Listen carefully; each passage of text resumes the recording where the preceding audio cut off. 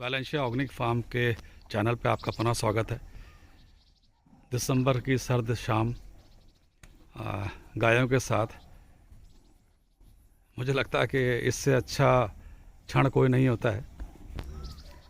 ये वो साहिवाल की बच्चियाँ हैं जो कि अगले 2 से 3 महीने बच्चा देने वाली हैं। मेरा मकसद देखिए सिर्फ यही होता है कि मुझे अपनी कोई बड़ाई नहीं करानी कि मैं फार्म पे बहुत कुछ कर रहा हूँ। सिर्फ यह है कि जो मेरा अपना ज्ञान है वो हम लोगों से शेयर कर पाएँ, चाहे वो देसी हों चाहे एचएफ हों, ये किसी ब्रीड की हों। विगत कुछ वर्षों में मेरे ख्याल से 12-14 सालों में देसी के प्रति लोगों का रुझान बढ़ा है और रुझान बढ़ने के कारण भी है, इसमें सरकार का भी बहुत योगदान है। गायों के प्रति पिछली सरकार जो थी उसने भी अच्छा काम किया है। ये सरकार माननीय योगी जी की, इसने भी अनेक योजनाएं निकाली हैं, गौपालक योजनाएं जिसमें देसी गायों का संवर्धन का काम किया जाएगा।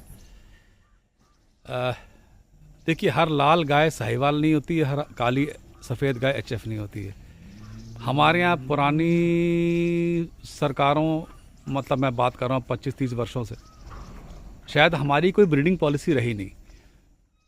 देसी हमेशा गाय हमेशा ही अच्छी मानी गई है। देसी का मतलब क्या है? देसी का मतलब है जो जहाँ पर पैदाइश है वो वहीं के पर्यावरण के हिसाब से ढली हुई है, वहीं के क्लाइमेट के हिसाब से, वहीं के मौसम के हिसाब से गर्म सर्द उसको झेल लेती है, वहीं का जो खाना पीना होता है उसको खाती है और अपना बढ़िया रहती है।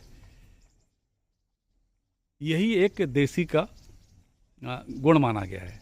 तो ज़रूरी नहीं है कि हम गुजरात के गिर यहाँ पर यूपी में लेके आएँ तो वो देसी के लिए बहुत बढ़िया रहेगी। मेरा मानना है कि देसी अपने यूपी में रेड सिंधी हो गई, साहिवाल हो गई, अपने राजस्थान गुजरात साइड में दूसरी ब्रीड्स हो गई, गिर हो गई, अपने हरियाणा में हरियाणा ब्रीड हो गई, वो अपने अपने क्षेत्र के हिसाब से हैं।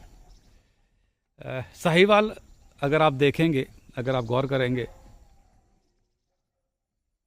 मेन 5-6 जो मुझे लगता है कि जब कोई आदमी साहिवाल पे काम करता है तो थोड़ा सा 5-6 चीज़ें देखने लायक हैं। जैसे एक तो अगर आप जैसे एक गाय मैं दिखा रहा हूँ आपको,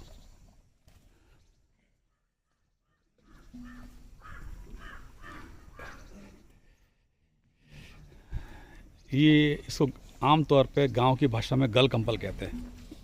गल कंबल मतलब गले के नीचे ये जो खाल लटकी होती है, कंबल की तरह होती है, मोटी सी होती, वो कंबल होता है।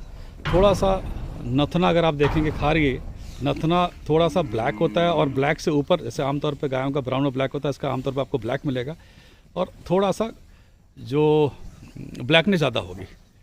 आँखों के नीचे थोड़ा सा कालिमा होती है, सर थोड़ा सा लंबा होगा, ब्रॉड होगा।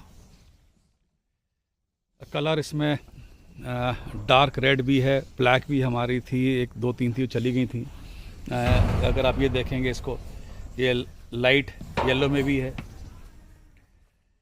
फिर हम आते हैं, इसकी एक इम्पॉर्टेंट है, वो है इसकी टूढ़ी। ये हर रोज अपने हम लोग लोकल लैंग्वेज में अलग बोलते हैं, ये नीचे है।